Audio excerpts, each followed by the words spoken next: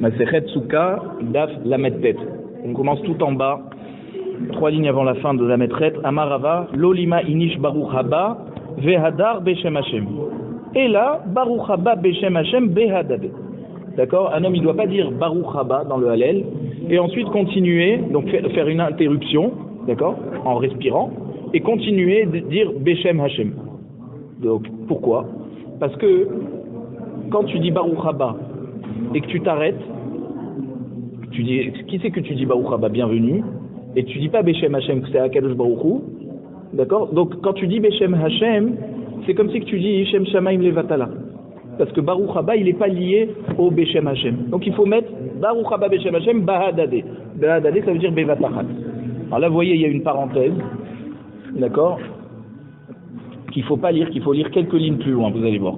Ve'amar Rava, lo lema inish Yehe Sheme Rabba Vahadar Mevarach. Et là, Tsarir Sheyomar Yehe Sheme Rabba Mevarach Bahadade. D'accord? Donc, Rava, il dit, une autre halakha, d'accord, une deuxième halakha, que lorsque quelqu'un dit Kaddish Yehe Sheme Rabba, il ne faut pas qu'il s'interrompe et qu'il dit ensuite Mevarach. Pourquoi? Et là, Sheme Rabba Mevarach Bahadade. C'est-à-dire, il faut dire que le nom, le grand nom de Akadosh Baruch Hu, il soit béni. D'accord? Il faut qu'il lise le mot Mevarach, la bénédiction, lié à Akadosh Baruch Hu. Amar le Rav Safra, Moshe Shapir Ka Amarta. Alors Rav Safra, il dit Moshe, c'est quoi Moshe? Il s'appelle Rava. Mais il appelle Moshe comme Moshe Rabbeinu, c'était le grand de la génération. Alors il appelle Moshe à Rava. Il lui dit, tu penses que tu dis bien? Et là, hatam ve'acha asuke miltahu velek lanba. Donc vous voyez, c'est la fameuse ligne qu'on avait sautée, on la reprend ici, d'accord? Et il lui dit hatam ve'acha, ça veut dire là-bas, à propos de Baruch Haba Beshem Hashem, qu'il faut dire en une seule respiration. Ve'acha, et ici, à propos de Yeshem Rabba Mevarach, qu'il faut dire Mevarach en une seule respiration. Asuke miltahu. C'est quoi Asuke Miltahu?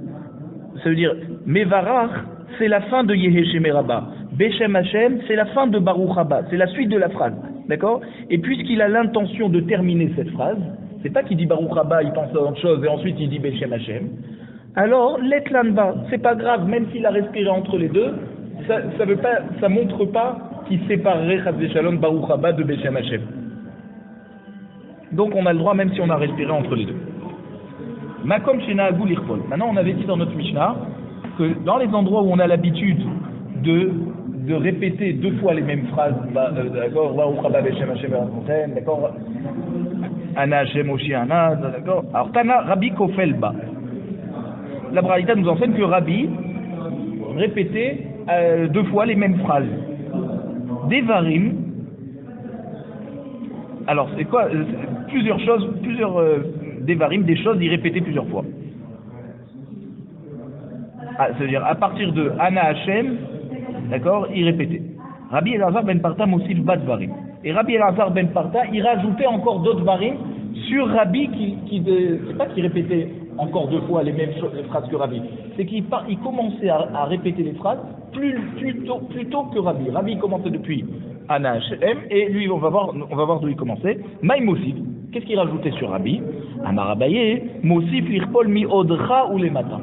D'accord? Abaye, il dit, à partir d'où Rabbi Elazar ben Parta, il répétait 2 fois les mêmes phrases, c'est pas à partir de Ana Hashem Oshiana, mais c'est plus haut.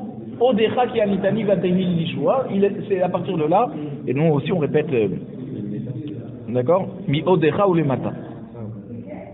Donc, odecha ou les matins, vers le bas, c'est-à-dire jusqu'à la fin du Hallel. Les varech, yevarech. On a dit dans notre Mishnah, si on a l'habitude de faire la bracha, alors il faut faire la bracha. Amar Abaye loshanu el ale acharav. Abaye nous dit de quelle bracha on parle? La bracha de la fin, quand on dit Ya'alelucha Hashem Elokenu Baruch Ata Hashem Elech Me'olad Batishbachot. D'accord? Si il est dans une communauté où on a l'habitude de dire cette bracha, alors on termine par la bracha. Aval lefanav. Mais la bracha de Baruch Ata Hashem Kilshanu B'mitzvato Lanu Likro et Ha'alel, mitzvah levarer. C'est une mitzvah. D'accord, il n'y a pas à discuter, ça dépend pas du minhag en fait. Il faut la faire cette bracha. D'Amar Rav Yehuda Amar Shmuel, Kol ha-mitzvot kulam mevarech alehem, on vers la asiyatan. Voilà donc un grand klal d'accord, que Rav Yehuda dit au nom de Shmuel, que toutes les mitzvot, il faut faire la bracha avant de faire la mitzvah. Over les asiyatan, avant le marasé de la mitzvah. Et donc, comme le Hallel, c'est une mitzvah qui a été ordonnée par les Nevi'im, d'accord, alors il faut faire la bracha avant le Hallel. La Gemara nous dit, Umay mashma dehay over lishana de akdumehu. Qui c'est qui te dit, comment tu vois que le lachon, le langage de over, c'est un lachon de akdoumé qui devance. Over, ça veut dire passer, alors peut-être c'est après. Je te dis que c'est avant. Amar Rav Nachman bar Yitzchak dirti. On va amener plusieurs preuves. Rav Nachman bar Yitzchak nous dit, il y a un pasouk dans Shmuel Bet, Perek Yutret, pasouk Kaf Dalet, Vayarot Achimaat derech hakikar, Vayaravor et akushi. On parle là-bas lorsque Abshalom, le fils de David Améler, il a été tué. Alors Yoav, qui était le chef de l'armée, il a envoyé un kushi, un noir, pour aller annoncer ça à David Améler. Et Achimaat, il a voulu lui annoncer cette nouvelle à David Améler et pas laisser un petit noir raconter ça. Alors il a devancé le kushi. Vayaravor et akushi. Ça veut dire il a dépassé le kushi. Et c'est quoi? Ça veut dire il a pris un chemin plus court et donc il est arrivé Vayaravor et akushi. Ça veut dire il est arrivé avant le kushi. Donc on voit bien ici que la chose de Ya'avor, c'est d'être makdim, d'accord, de devancer. Il a devancé le kushi, donc pareil, on fait la bracha over la siyatan, avant le marasé. Première preuve. Abaye Amar Meacha. Abaye il amène d'un autre pasouk. Vous savez, quand Yaakov Avinu il a séparé sa famille en deux, il a fait deux camps. Quand Esav est venu le voir, alors il y a écrit là-bas Vehu avar lifnehem. Lui, il était devant les deux camps. C'est lui qui a accueilli Esav. Donc, comme il était devant, Avar Lifnehem, il est passé devant eux. Donc, on voit que c'est les kadem. La chaîne de Avar, ça veut dire devancer.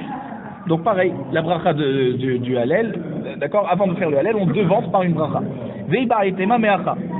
Si tu veux, je te dis, il y a une autre preuve que tu peux ramener du pasouk de Micha.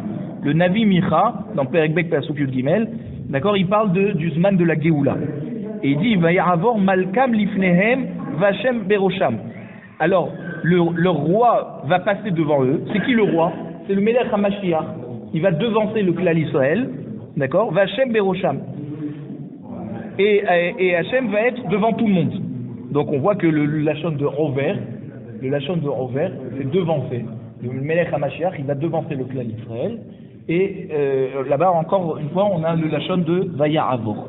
Donc c'est pour ça que quand on dit Over la Asiyatan, ça veut dire qu'il faut faire la bracha avant le Ma'aseh. Maintenant, la Mishnah nous dit comme ça. On parle toujours de Arba Minim. Alokeach lulav mechavero. Celui qui achète un lulav, quand on dit un lulav, c'est aussi le hadas et la harava de son copain. Bashvi'it, pendant la 7e année, donc l'année de la Shemitah. Notenlo etrog bematana. Alors il faut qu'il demande au vendeur de lui donner le etrog en cadeau. On parle d'un vendeur à Maharet, d'accord?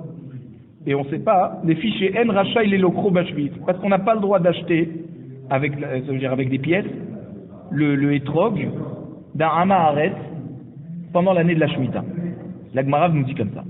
Lo ratza litenlo bematana. Mahu. Maintenant, si le vendeur il dit je te donne pas cadeau, qui tu me demandes cadeau? Tu payes. D'accord? Quel est le din? Comment il s'arrange? Amar Ravuna, mavliya le deme etrog balulav. Il lui dit comme ça. Le etrog, tu voulais le vendre 100 shekels, le loulav 30 shekels. Alors je te donne 130 shekels pour le loulav et j'englobe le prix du etrog dans le prix du loulav. Je t'achète un loulav à 130 shekels. Et là, le vendeur, forcément, il acceptera de lui donner bematana le etrog. Mais on n'a pas le droit d'acheter un etrog avec l'argent d'un Amaharet pendant la Shemitah. Pourquoi? La Gemara demande, Vélet les Bédia, mais paye-lui en argent, pourquoi tu as besoin qu'il te donne en cadeau? Les fiches en mosrim des perot shveit les Amaharet. Parce qu'on n'a pas le droit de donner de l'argent qui a servi à acheter des perot shveit, des fruits de la Shemitah, comme le etrog par exemple, à un Amaharet. Pourquoi? Parce qu'il y a un digne vous connaissez tous, Velifner Iver Lotiten Mirchol. Devant un aveugle, il ne faut pas donner, il faut pas mettre une embûche. Ça veut dire quoi? Ça veut dire que Le Hamaharet, quand il va recevoir l'argent pour ce Etrog, qui est un fruit de la Shvi'it, cet argent, il devient Kadosh. Il a maintenant la Kedusha de la Shvi'it. D'accord? Et si il le dépense à cet argent, pas selon les règles de la Shvi'it, alors il va utiliser de l'argent du Kadosh, pas pour une bonne utilisation. Et donc forcément, celui qui aura acheté ce Etrog, il aura mis une embûche devant ce Hamaharet qui ne connaît pas les halachot de Shvi'it. Et qu'est-ce qu'il va faire lui, avec le Etrog de Shvi'it? Alors regarde ce que la Gemara nous dit, ce qu'il va... Des Tanya, la Braïta nous dit En mosrim de meperot shvi'it le hamaharet yoter mimezon shalosh soudot. On n'a pas le droit de donner de l'argent à un hamaharet pour de l'argent de perot shvi'it, c'est-à-dire de l'argent qui sert à acheter des fruits qui ont la kedusha de la shemitah. Et donc maintenant c'est cet argent qui va être kadosh, plus que 3 seudot. On a l'habitude de manger 3 repas par jour.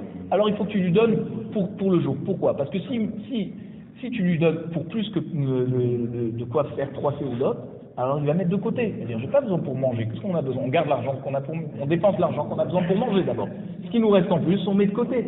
Et s'il va mettre l'argent de Shvi'it de côté, il risque un jour de la ressortir pour une utilisation qui est interdite avec la Shvi'it.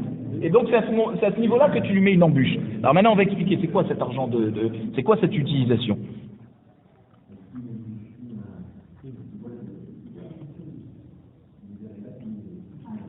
Par exemple, là on parle de Erev Shabbat, d'accord? Erev Shabbat, si tu lui donnes de quoi faire les 3 seudot de Shabbat, d'accord?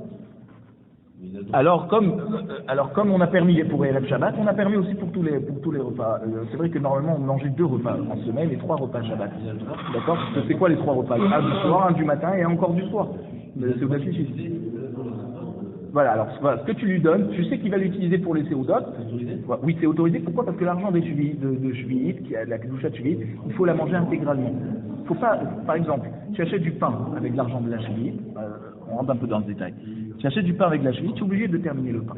Pourquoi? Parce que si tu restes, tu jettes de l'argent de Kadosh. C'est pour ça que, par exemple, les perrots de Shvi'it, par exemple, il y en a qui vont pousser la khumra jusqu'au bout, que même les solettes, quand tu épluches une pomme de terre, tu n'enlèves pas que la peau, tu enlèves aussi une partie de la pomme de terre.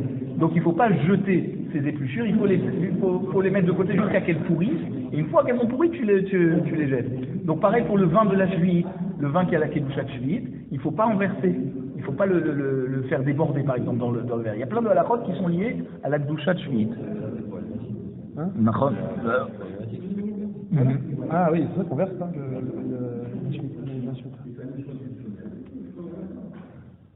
Ve'im Massa, maintenant aussi il a quand même acheté le Etrog avec de l'argent, et donc maintenant il lui a donné de l'argent. Qu'est-ce qu'il va faire pour rattraper le coup?